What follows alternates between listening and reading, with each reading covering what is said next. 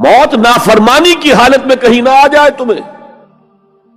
وہ کوئی ضمانت تمہارے پاس نہیں ہے کہ تم کسی گناہ کا ارتکاب کر بھی چکو گے، پھر تمہیں توبہ کا وقت بھی مل جائے گا، پھر موت آئے گی، اس سے پہلے موت نہیں آ سکتی. کیا معلوم عین اس گناہ کے ارتکاب کے دوران موت آ جائے. وہ موت کیسی ہوگی؟ شاید آپ کے علم میں ہو، لکھنؤ کے ایک بہت بڑے شاعر تھے اور ان کی موت بہت ہی مکروہ حالات میں واقع ہوئی. رات کو 2-3 بجے، جس کو آپ انگریزی میں کہتے ہیں in the small hours of the morning, شراب خانے سے نکلے، نشے میں دھت،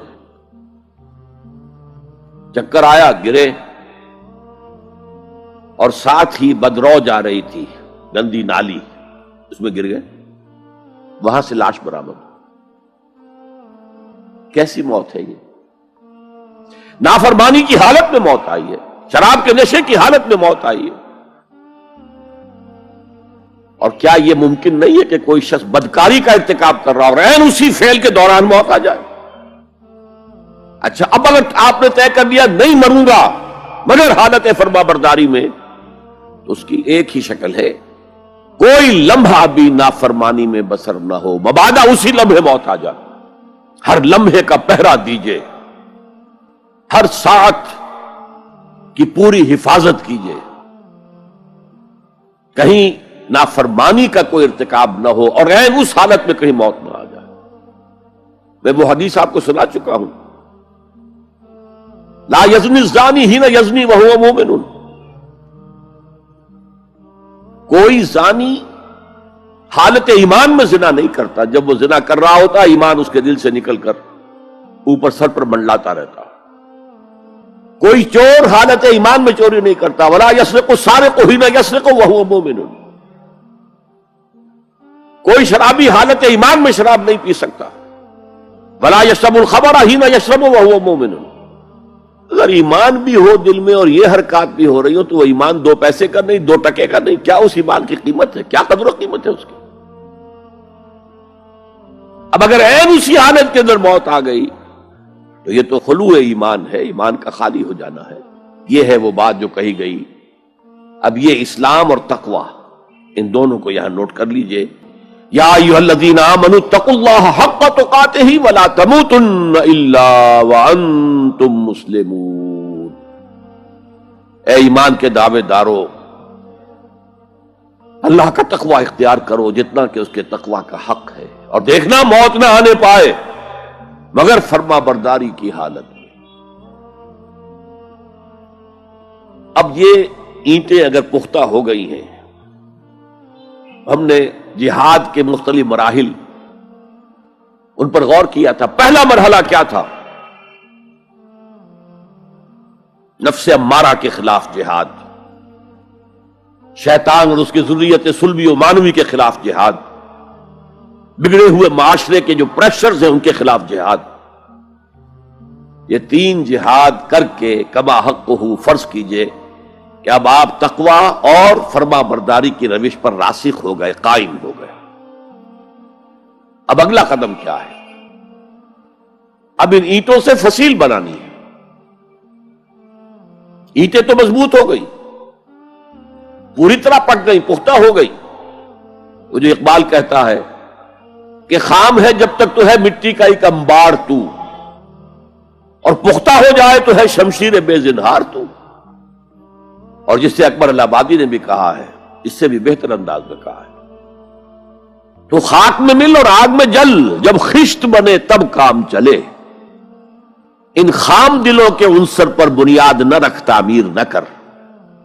اگر ساحل سمندر سے ریت لے کے گولا بنا لیں، وہ نم تو ہوتی ہے ریت، گولا بن جائے گا، پھر اسے شیشے پر بھی ماریں گے، شیشہ کھڑا رہے گا، ریت بکھر جائے گی. اسی گولے کو ذرا بھٹی میں ڈال کے پکا لو، روڑا بنا لو، تو خاک میں مل اور آگ میں جل، جب خشت بنے، جب اینٹ بنو گے تب کام چلے. اب اگر اسے مارو گے تو کوئی نتیجہ تو برآمد ہوگا کہ نہیں. تو یہ پختہ افراد کی شخصیت کو پختہ کرنا. جو حیات اجتماعی اس کو نظر انداز کرتی ہے، جیسا کہ میں نے عرض کیا تھا، پہلی منزل تعمیر نہیں کی، دوسری کے اوپر سوار ہو گئے، دوسری ہے نہیں، تیسری جو ہے وہ ہوا کے اندر اس کی تعمیر ہو رہی ہے۔ ہماری بہت سی ناکامیوں کا اصل سبب یہ ہے۔ حضور نے پہلے افراد کو تیار کیا ہے، افراد کے ہاتھوں میں ہے اقوام کی تقدیر، ہر فرد ہے ملت کے مقدر کا ستارہ، اور ہر حیات اجتماعی یا کوئی تنظیم ہو، کوئی جماعت ہو جو اسلام کی سربلندی کے لیے کام کرنا چاہیے، اسے سب سے پہلے پختہ کردار والے افراد تیار کرنے ہوں گے۔ یا ایھا الذین آمنوا اتقوا اللہ حق تقاتہ ولا تموتن الا وانتم مسلمون۔ اب دوسرا نقطہ کیا ہے؟ ان کو جوڑنا ہے، اب اینٹوں کو جوڑنا ہے۔ And for that you need a cement substance۔ پچھلے زمانے میں چونا وغیرہ ہوتا تھا، چونے سے جوڑا جاتا تھا، آج کل سیمنٹ ہے۔ اگر یہ سیمنٹ سبسٹنس مضبوط ہے تو یہ فصیل اور دیوار مضبوط ہے، اگر یہ نہیں ہے تو چاہے اینٹیں پختہ ہو تب بھی سیلاب کا ریلا آئے گا، بہا کے لے جائے گا۔ اینٹوں کی پختگی کے ساتھ ساتھ ان کو جوڑنے والا مورٹر جو ہے اس کو بھی مضبوط ہونا چاہیے۔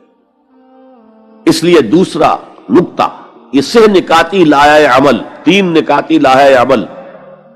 پہلا تقوی اختیار کرو اور اللہ تعالیٰ کی پوری فرما برداری اختیار کرو، کوئی لمحہ تمہارا نافرمانی میں نہ گزرے۔ اب واعتصموا بحبل اللہ جمیعا ولا تفرقوا، چمٹ جاؤ اللہ کی رسی کے ساتھ مل جل کر اور تفرقے میں نہ پڑو۔ اعتصام عصمت سے بنا ہے، عصمت حفاظت کو کہتے ہیں۔ اعتصام حفاظت حاصل کرنا، جیسے آپ دیکھتے ہیں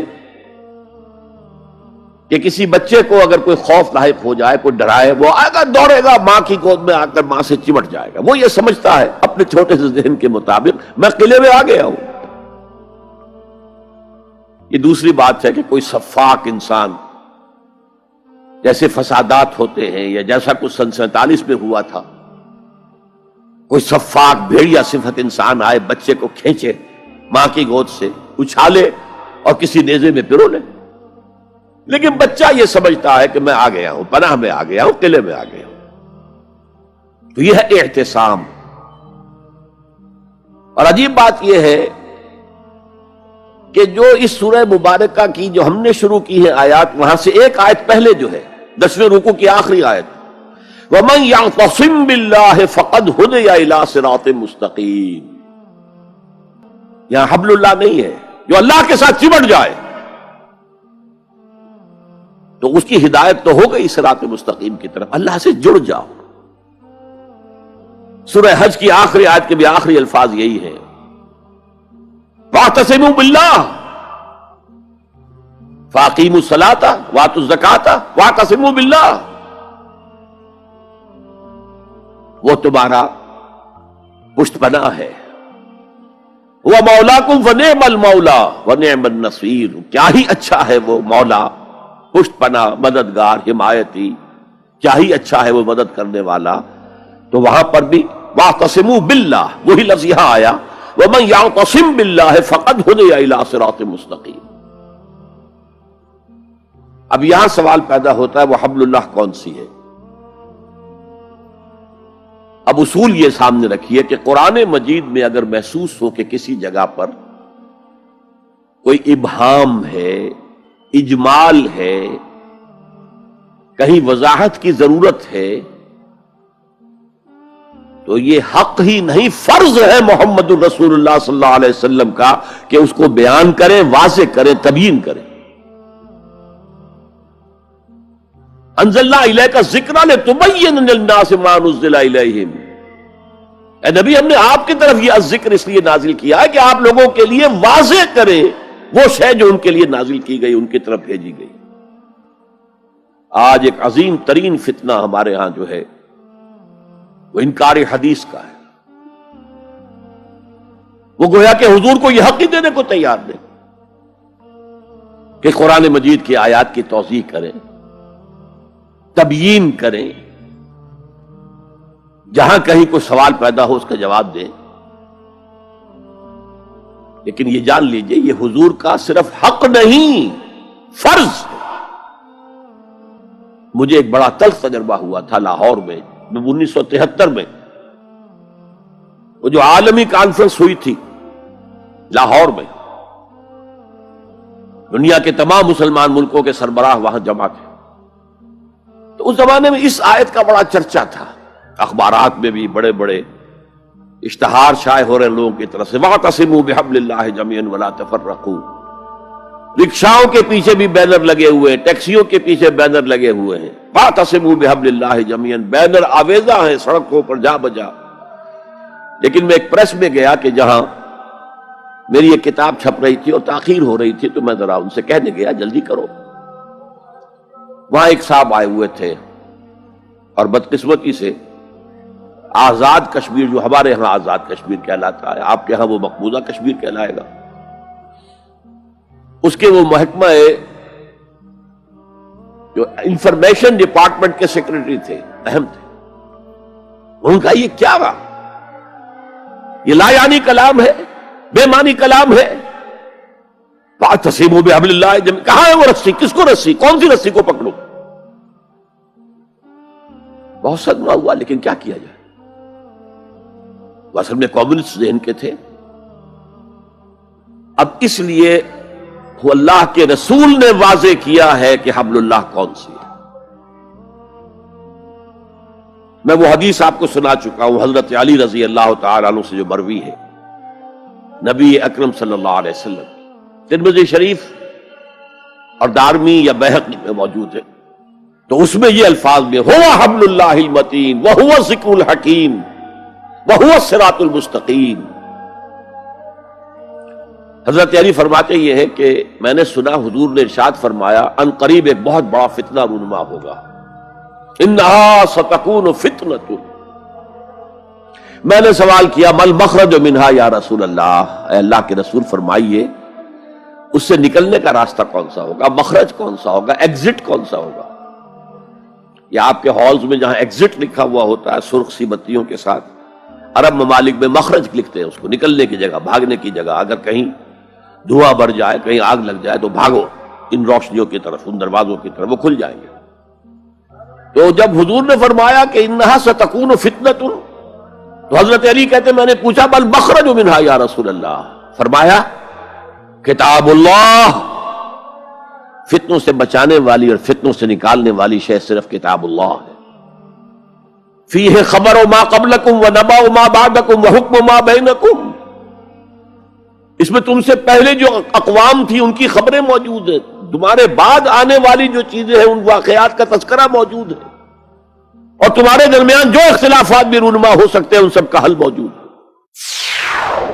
یا رب فاجمعنی بكل الصحب والأحباب واكتب لنا أن ندخل الجنات بالريان.